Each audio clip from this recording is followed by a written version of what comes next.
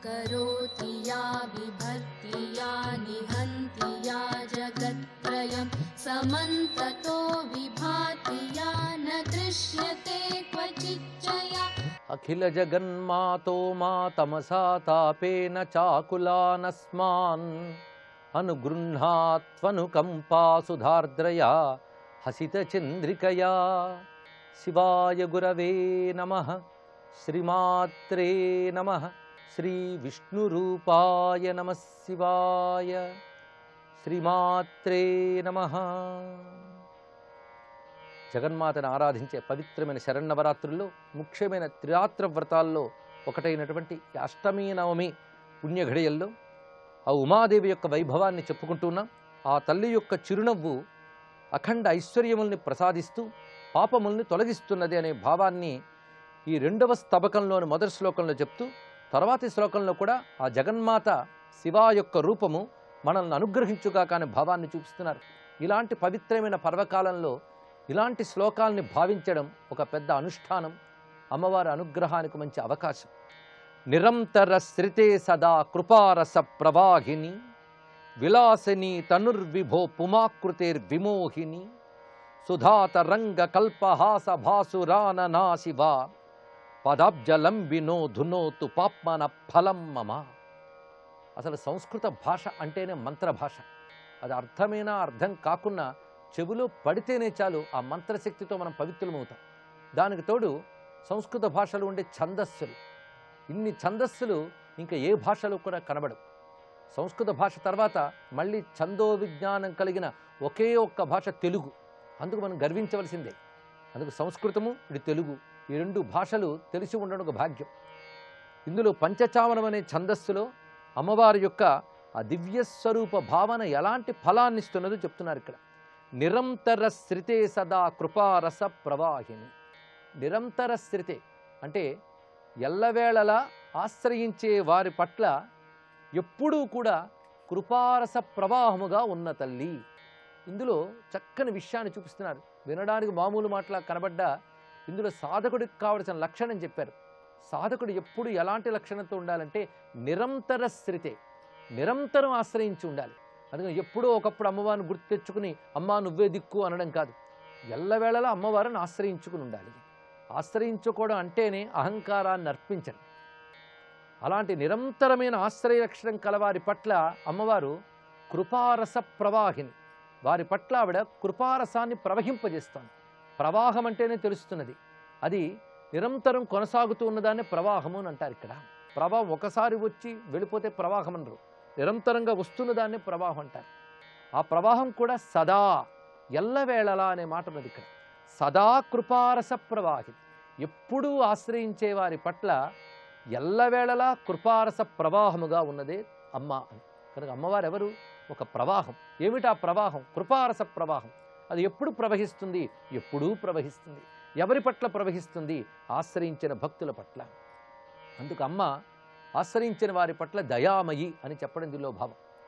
రెండవ వాక్యంలో విలాసిని తనుర్విభో పుమాకృతిర్విమోహిని. విభోహో, విభు అంటే ఈశ్వరుడు అని అర్థం. ఆ పరమేశ్వరుడు పురుషాకృతి ధరించినప్పుడు, ఈ మాట చెప్పడంలో విశేషం ఏంటంటే పరమేశ్వరుడు అంటేనే పుంలింగం కనబడుతోంది కదా, మళ్ళీ ఆయన యొక్క పురుషాకృతి అని చెప్పడం ఏమిటి అనే భావం కలగవచ్చు. ఈశ్వరుడు నిజానికి పురుషుడు కాదు, స్త్రీ కాదు. అందుకు ఈశ్వరుడు అనేది ఒక శక్తి, సర్వవ్యాపకుడైన పరమాత్మని ఈశ్వరుడు అంటారు. ఆ ఈశ్వర చైతన్యము ఒక పురుష రూపం ధరించి శివుడు అయినప్పుడు ఆయన్ని ఆనందింపజేసే విలాసిని తనువు ఈవిడవుతున్నది అన్నారు ఇక్కడ. అందుకే విలాసిని తను. విలాసిని అంటే ఆనందింపజేసేటటువంటి సౌందర్యమయమైన స్వరూపము. పరమేశ్వరుని ఆనందింపజేస్తూ మోహింపజేసేటువంటి స్వరూపముగా ఉన్న తల్లి భక్తుల పాలిటి దయాస్వరూపిణి. సాధారణంగా ఒక స్త్రీ ఒక భర్తకి భార్యగా విలాసినిగా ఉంటుంది, పిల్లల పట్ల తల్లిగా వాత్సల్య రూపంతో ఉంటుంది. అదేవిధంగా పరమేశ్వరునికి విలాసిని అయిన జగజ్జనని భక్తుల పట్ల ఒక కన్న తల్లిగా కరుణారస ప్రవాహముగా ఉన్నది అనే భావాన్ని చూపిస్తున్నారు ఇక్కడ. పరమేశ్వరునికి విమోహిని, భక్తులకి కృపారస ప్రవాహిని అమ్మవారు. అటువంటి అమ్మవారి యొక్క వదనం ఎలా ఉన్నదో చెప్తున్నారు ఇక్కడ. మొదటి శ్లోకంలో నవ్వు చెప్పారు. ఆ నవ్వు ఉన్న ముఖం ఎలా ఉన్నది అంటే సుధాత రంగ కల్పహాస భాసురానన శివ. సుధాతరంగ కల్పహాస, అమృతపు తరంగమా అన్నట్లున్నటువంటి చిరునవ్వుతో ఉన్న ముఖము అన్నారు. అమ్మ నవ్వు ఎలా ఉన్నదంటే అమృతము యొక్క తరంగంలా ఉందిట. అమృతము తెల్లని కాంతులతో ఉంటుందని శాస్త్రం వర్ణిస్తోంది. అలాంటి అమృతము వంటి తరంగంలా, అమృతము యొక్క తరంగంలా ఉంది అమ్మవారి యొక్క చిరునవ్వు. అలాంటి చిరునవ్వుతో ఉన్న వదనము మా యొక్క పాపములను పోగొట్టుగాక. మా యొక్క అంటే ఆ మా యొక్క అన్నవారు ఎవరు? భక్తులు. భక్తులకున్న లక్షణం ఏమిటి? పదాబ్జలంబినో ధునోతు పాప్మన ఫలం మమ. పాదాల పట్టుకు వేలాడే. అసలు ఆ పదం అంత చక్కగా వచ్చింది. పదాబ్జలంబిన. ఆలంబనం అంటే ఆసరా. అమ్మవారి పాదములే మనకు ఆసరా, ఒక భరోసా. అది ఆ పాదములు పట్టుకు వేలాడే అనే మాటలోనే ఎప్పుడు అదే పట్టుకు వేలాడుతున్నాడరా అంటే అర్థం ఏంటి? అది తప్ప మరొక గతి లేదు అని అనన్య భక్తితో ఆ పాదములు పట్టుకున్న భక్తుణ్ణి నేను. అలాంటి నా యొక్క పాప ఫలమును అమ్మవారి యొక్క దివ్య స్వరూపము తొలగించుగాక అన్నారు ఇక్కడ. పాప ఫలాన్ని తొలగించాలి అమ్మవారి ఇక్కడ. పాపన ఫలం. పాప ఫలం ఏమిటి? దుఃఖం.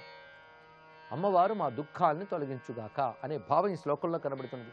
ఈ శ్లోకంలో ఉన్న భావాన్ని మనం గ్రహిస్తే మన దుఃఖాలు పోతాయి. అది ఈ శ్లోకానికి ఉన్న శక్తి. అందుకే ఎంత వ్యాఖ్యానించుకున్నామంటే ఎంతసేపు ఆ ఫలాన్ని మనం పొందుతున్నాం. పాప ఫలమైన దుఃఖాన్ని పోగొట్టుగాక. పదాబ్జలంబినో అంటే పిల్లాడు అలాగే తల్లిని పట్టుకుంటూ ఉంటే ఆ తల్లి ఎలా దయ చూపిస్తుందో అమ్మ పాదాలని భక్తుడు అలా పట్టుకుని ఆశ్రయిస్తే అమ్మవారు అలా కృప చూపిస్తున్నారు. ఇక్కడ ఈ శ్లోకంలో విశేషాన్ని మునుపు శ్లోకంలో చెప్పిన దాన్ని మనం గమనించినట్లయితే కల్పవృక్ష కుసుమాల మాల వేసుకుంది అమ్మ కంఠంలో అన్నారు మొదటి శ్లోకంలో. తర్వాత శ్లోకంలో అమృతపు తరంగం లాంటి చిరునవ్వు అన్నారు. మొదటి చెప్పింది కల్పవృక్షము, రెండవది అమృతపు. ఈ అమృతము కల్పవృక్షము రెండు భావన చేసినట్లయితే కల్పవృక్షం అంటే ఏది కోరితే అది ఇస్తుంది. అలాంటి కల్పవృక్ష కుసుమము అని చెప్పడంలో అమ్మవారి యొక్క చిరునవ్వు ఏది కోరినా ఇస్తుందని చెప్పడం అక్కడ కల్పవృక్ష స్మరణకి హేతువు. ఇక్కడ అమృతంతో పోల్చడం ఏంటంటే అమృతము అఖండమైన ఆనందము, శాశ్వతము అనే తత్వాన్ని ఇస్తుంది ఇక్కడ. అలాంటి శాశ్వతమైన ఆనంద లక్షణము అమ్మవారి చిరునవ్వులో ఉందని చెప్పడానికి సుధాతరంగ కల్పహాస భాసురాననా శివ అన్నారు. రెండు శ్లోకములు కూడా ఒక మహామంత్రమహితమైనటువంటి శ్లోకములు ద్వితీయ స్తవకం ప్రారంభంలోనే ఇచ్చారు. తర్వాత నుంచి అమ్మవారి యొక్క శక్తితత్వ వ్యాఖ్యానం చేస్తున్నారు. కరోతి యా బిభర్తి యా నిఘంతి యా జగత్రయం సమంతతో విభాతి యా న దృశ్యతే క్వచిచ్చయా అతీవ గుప్త రూపిణి గురూపదేశమంతరా నశక్యతే బుధైశ్చ బుద్ధుమంధకారి సుందరి. అమ్మవారు ఆవిడ చేస్తున్న పని ఏమిటంటే కరోతియా బిభర్తియా నిఘంతియా జగత్రయం. ఇది ఒక అత్యద్భుతమైన శ్లోకాన్ని ఇక్కడ చూపిస్తున్నారు. అమ్మవారంటే ఏమిటి, ఆ తత్వాన్ని తెలుసుకోవడానికి మనకు ఉండవలసిన లక్షణములు ఏమిటో చెప్తున్నారు ఇక్కడ. అటువంటి ఆ జగజ్జననికి నమస్కరిస్తూ సర్వం శ్రీమాతృ చరణారవిందార్పణం.